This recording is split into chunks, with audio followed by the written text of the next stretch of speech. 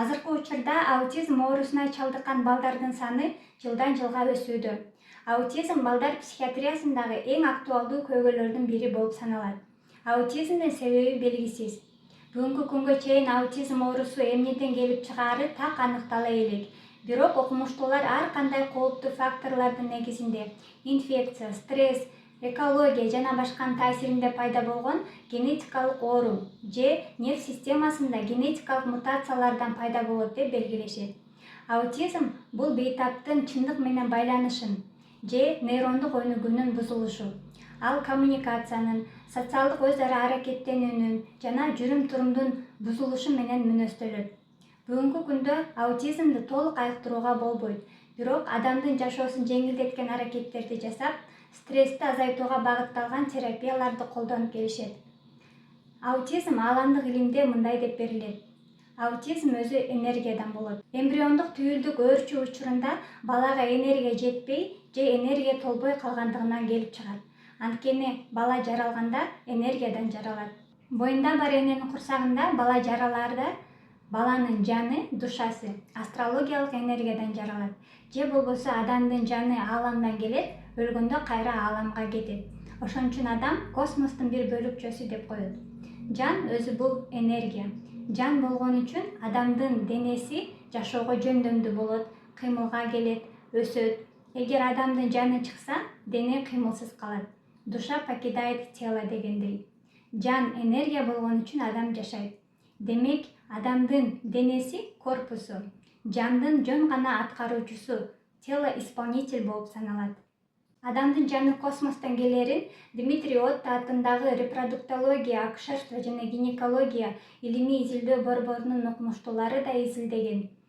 Алар жаңы төрөлгөн ымыркайдын башына радионуклидтерди кармоочу гамма камераны орноткондо ымыркай биринчи дем алып кыйкырган учурда ымыркайдан 4 түрдүү жерде кездешпөөчү радионуклидтер бөлүнүп чыкканын аныкташкан. Бул берилий 7, натрий 22, протактиний жана урандын бир түрү.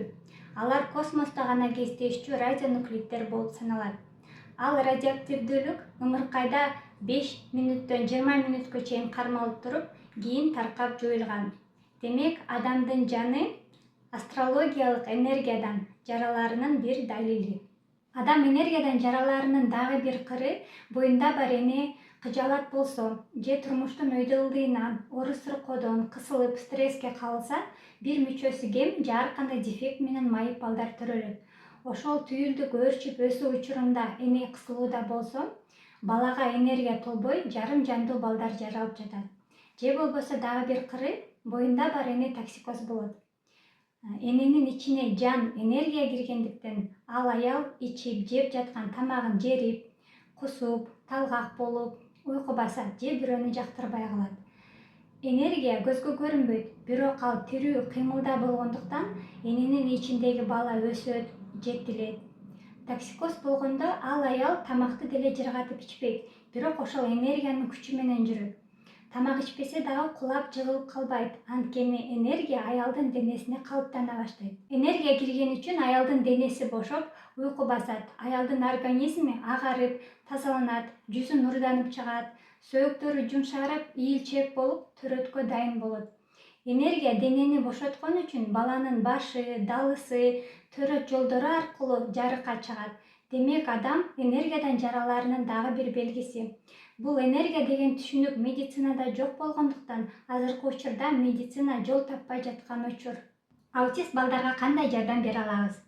Аутизмди дарылоодо ар кандай методикаларды колдонот. Баланын аң сезимин, коом менен байланышын, сүйлөө мүмкүнчүлүгүн, мындайча айтканда когнитивдүү функцияларын жакшыртууга жана өнүктүрүүгө багытталган. Стрессти азайтуу үчүн медикаментоздук терапияда колдонот. Бул дарылоо методикалары албетте керек, бирок аутизмдин негизги себеби өзөгү энергия болгондуктан энергияга дагы басым жасаш керек. Эми энергияны денеге кантип толуктайбыз? 21-кылымда доор алмашып, эки дүйнө бирикти, аалам менен жер. Аалам энергия түрүндө жерге түшкөндүктөн жер дагы энергиялуу болду. Энергия бул жан, жандар, абанын, оттун, суунун, таштын курамында жайгашкан. Адам дем алган сайын энергия адамдын ичине жайгашат. Энергия адамдын денеси менен журулушуп, биригип калыптануу үчүн эң биринчи денени бошотуу керек. Адам өзү энергиядан жаралса, эми 21-кылымда адамдын денеси дагы энергиянын кызматын аткарып калыш керек. Мындайча айтканда, дене анатомия, энергия өткөрүүчкө айланыш керек. Азыр ар бир адамга аба аркылуу энергия жайгашып жаткан учур. Адам эски түшүнүктө, эски психологияда, кысылууда жашагандыктан мээси дагы кысылып, ачууга, эмоцияга бат алдырып, түрдүү психологиялык ооруларга, аутизм менен гана ооругандар эмес, керек болсо дени сак адамдардын дагы психиканын бузулуусуна чалдыгып жатышат. Аутист балдарды калыбына келтирүү үчүн баланын денеси менен энергия журулуш керек.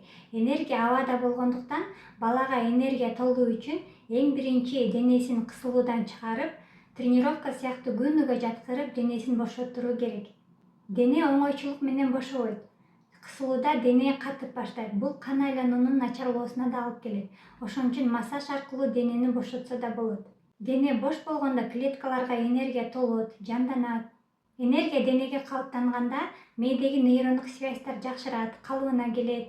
Дене бош болсо кан айлануу жакшырып, тынчсыздануу азаят, уйку басат. Дене бошогондо энергия денеге оңой калыптанат. Баланын тынчсыздануусу же гиперактивдүүлүгү, ыйлаганы азайса, уйкусу тынч болсо, кийин медикаментоздук терапияны дагы колдонууга кажет болбой калат. Аутист балдар эмоциональный напряжениеде болот. Эмоционалдуу кысылууда нерв клеткалары өчөт. Өчкөн нерв клеткаларды калыбына келтирүү үчүн денеге вибрация керек. Арстаналы Абдулдаев медицина илимине ачылыш жасап, нерв системасынын ядросу мээде эмес, жамбаштан, кыймылчактан башталат деген. Жан баш, жандын башталыш жери. Жан бул өзү нерв. Нерв тирүү болсо, клетка тирүү болот.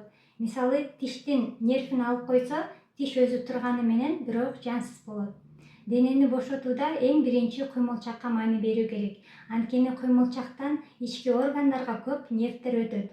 Мисалы, боюнда бар эненин ичинде эмбрионалдык түйүлдүктүн өөрчүү процессинде баланын эң биринчи нерв түтүкчөсү пайда болот.